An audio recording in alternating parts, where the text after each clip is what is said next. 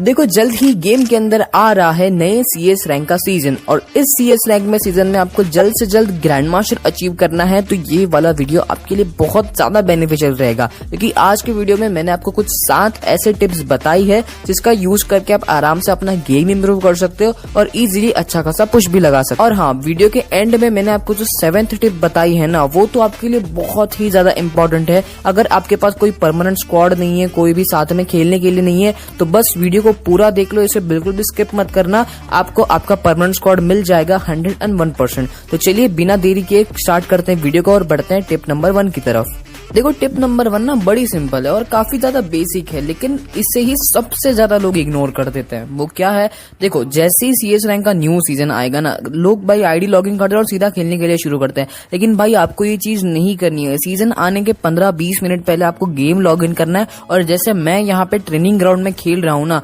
आपको अच्छे से 10 से 15 मिनट आप जिस भी गन के साथ कंफर्टेबल हो, जो गन आपको सबसे ज्यादा पसंद है, जिसका आप सबसे ज्यादा यूज करने वाले हो, उस गन के साथ अच्छा खासा प्रैक्टिस कर लेना है। वो कहते हैं ना कि आपको हाथ गर्म कर लेना है सबसे पहले, ताकि जब आप गेम प्ले करो ना, ज्यादा दिक्कत नहीं आए, आपका इजीली एम कनेक्ट हो। क्योंकि भाई मैंने देखा है काफी सारे लोग भाई फर्स्ट गेम ऐसे ही स्टार्ट करते हैं, फिर उनका एम जल्दी कनेक्ट नहीं होता। जैसे यहाँ पे तुम चेकआउट कर सकते हो, मैं अच्छा खासा प्रैक्टिस करके गेम खेलने चला गया तो मेरा एम इजीली कनेक्ट हो रहा था। तो आपको भी सेम चीज करनी है भाई, सीधा गेम लॉगिन मत करना विदाउट प्रैक्टिसिंग, आपको बहुत ज्यादा प्रॉब्लम आएगी। ये टिप बहुत बेसिक है लेकिन इसे काफी सारे लोग इग्नोर करते हैं, तो आपको ये चीज नहीं करनी है। बढ़ते हैं टिप नंबर 2 की तरफ। तो टिप नंबर 2 है फेवरेट गन चूजिंग। अब फेवरेट गन चूजिंग क्या है? देखो जब भी सीजन में स्टार्टिंग में पुश करोगे या फिर मिडल में, कभी भी गेम के अंदर पुश करोगे, तो भाई सीएस में तो ना ऐसी 3-4 गन्स बना लो, बस उसी का यूज करना। 2 गन शॉर्ट रेंज की, 2 गन लॉन्ग रेंज की, बस उन्हीं 2-4 गन का सबसे ज्यादा यूज करो ताकि आप उसमें अच्छा खासा एक्सपीरियंस गेन कर लो। क्योंकि पता है क्या होता है,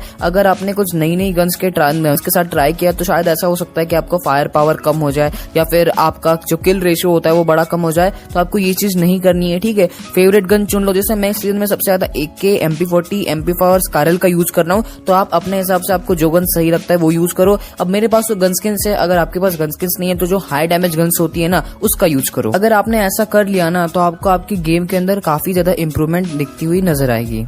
बढ़ते हैं टिप नंबर 3 की तरफ और इसका नाम है डिस्ट्रॉय ऑल द फ्लैंकर्स। अब देखो फ्लैंक तो आपको पता ही होगा भाई, साइड से बंदे आ जाते हैं सीधा मारने के लिए और ये सीएस रैंक में तो बहुत ज्यादा होता है। तो आपको ना इस चीज को पूरा डिस्ट्रॉय करके रख देना है। मैं आपको क्लिप में दिखाता हूँ आपको क्या करना है। देखो फैक्ट्री का राउंड था और मेरे टीममेट्स ना, मेरे जो टीममेट्स थे उन्होंने मेरे को बताया कि 3 बंदे जो है वो फ्लैंक करके आ रहे हैं। तो जैसे ही मेरे को कंफर्म हुआ कि सामने के साइड एक भी बंदा नहीं है, सारे के सारे 3 बंदे वहीं पे, तो मैं यहाँ पे सीधा चला गया और अब बस तुम चेकआउट करो मैं 3 एनिमीज को कैसे मार रहा हूँ। अब यहाँ पे तो भाई सिचुएशन इतनी क्लियर थी, मैं इजीली सबको मार रहा था। तो आपको भी यही करना है। फ्लैंकर्स को ना भाई आपके ऊपर अटैक करके देना ही नहीं है, क्योंकि फ्लैंकर्स भाई पूरा गेम आपका बदल सकते हैं। वैसे सिचुएशन अगर आप पे है कि आपको फ्लैंक करने की जरूरत है तो भाई बेझिझक करना, लेकिन अगर सिचुएशन ऐसी बन गई कि सामने वाले बंदे कर रहे हैं तो भाई आप तो उनको डिस्ट्रॉय करके रख दो, उनको ना भाई मौका ही नहीं देना आपको किल करने का। तो बढ़ते हैं टिप नंबर 4 की तरफ और ये है रोल चेंजिंग बाय सिचुएशन। देखो आपको पता ही होगा भाई, हमारे गेम के अंदर ना हर एक टाइप का रोल होता है। जैसे कोई रशर होता है, कोई स्नाइपर होता है, कोई ग्रेनेडर होता है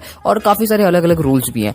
अब आपको जब भी पुश कर रहे हो और स्पेशली सीजन में सीएस में पुश कर रहे हो ना, तो भाई आपको अपने आप को इतना अच्छा ट्रेन करना है कि आप 3-4 तरीके के रोल एक साथ परफॉर्म करना आपको आना चाहिए और कह सकते हो ये अनिवार्य है। अगर भाई आप 1 टैप प्लेयर हो, मतलब आप अगर 1 टैप खेल रहे हो तो आपको 1 टैप मारना भी आना चाहिए। अगर स्नाइपर आपके हाथ में है तो भाई स्नाइपिंग भी आपको आनी चाहिए, ये भी बहुत ज्यादा इंपॉर्टेंट है। मतलब बेसिक स्नाइपिंग जितना होता है ना, वो तो आपको आना ही आना चाहिए। और भाई मेन चीज जो कि मैक्सिमम लोग नहीं करते, ग्रेनेडिंग। देखो ग्रेनेडिंग इतना इम्पोर्टेंट रोल भाई होल्ड करता है, पता है, सीएस रैंक के सीजन में, या फिर मतलब कभी भी खेल लो, तुम स्टार्टिंग में खेल लो, मिडल में खेल लो, कभी भी खेल लो, ग्रेनेड तो बहुत इंपॉर्टेंट है। और अगर ग्रेनेड कर रहे हो तो भाई फोर्थ में आपको अंधा रश करना भी आना चाहिए, जैसे मैंने इस वाले क्लिप के अंदर किया था। देखो मल्टीपल रोल्स एक साथ परफॉर्म करना आपको काफी ज्यादा फायदेमंद हो सकता है। देखो सबसे पहले तो आपका गेम इंप्रूव होगा, उसके बाद आपको रैंक पुश में बिल्कुल भी दिक्कत नहीं आएगी। और भाई जिस टाइप से आप बंदों को मारोगे ना, ग्रेनेड से, स्नाइपर से, एक साथ 3-4 चीजों से मारोगे ना, तो सामने वाले एनिमीज कितनी ही पावरफुल हो भाई, वो तो आपसे हार ही जाएंगे। तो बस अच्छे से प्रैक्टिस करो, अच्छे से इन सब चीजों का ट्रेनिंग करो, आप आराम से अपना गेम इंप्रूव कर सकते हो। बढ़ते टिप नंबर 5 की तरफ और ये टिप ना बड़ी ही कॉमन है, यूज ऑल थ्रोएबल्स। आपको सभी ने बताया होगा और मैक्सिमम लोग इसे स्किप कर ही देते हैं। देखो जैसे भाई ग्रेनेड जो होता है ना, ग्रेनेड इतना ज्यादा इंपॉर्टेंट होता है, जैसे मैंने आपको लास्ट क्लिप में भी बताया था। अब इस क्लिप पे तुम चेकआउट करो, मैं ना उतना ज्यादा ग्रेनेड करता नहीं हूँ, लेकिन अगर सिचुएशन ऐसी आ जाती है और स्पेशली मैं पुश कर रहा हूँ तो मेरे को करना ही पड़ता है, क्योंकि सामने वाले एनिमीज भाई बिल्कुल नहीं रुकते, वो करते ही करते हैं, तो आपको भी भाई करना पड़ेगा, कोई दूसरे पास आपके पास ऑप्शन नहीं है। अगर ग्रेनेड्स कर रहे हो तो आपको ग्रेनेड भी करना है, फ्लैश फ्रीज भी करना है, स्मोक ग्रेनेड भी करना है, ग्लू मेल्टर भी करता है। जितनी भी चीजें आपको गेम के अंदर मिलती है ना, आपको उन सभी चीजों का यूज करना है। इसे मैंने इस टिप का नाम रखा था थ्रोएबल यूजेस। भले ग्रेनेड के डैमेज की इंटेंसिटी कम हो, लेकिन ये आपको गेम विन करने में बहुत हेल्प कर सकता है और ये आप एक स्ट्रेटेजी के तरीके से भी यूज कर सकते हो। बाकी तुम इन क्लिप्स के अंदर चेकआउट कर सकते हो। मैं अपने तरीके से जितना भी ग्रेनेड मेरे को यूज करना आता है मैं यूज कर रहा हूँ। ग्रेनेड के साथ साथ में गन के साथ भी फाइट करने की ज्यादा कोशिश कर रहा हूँ, तो आपको भाई दोनों चीजों का बैलेंस बना के रखना है। अब ये छोटी छोटी चीजें ही ना आपको पुशिंग के टाइम पे काफी हद तक अच्छा खासा हेल्प कर सकती है।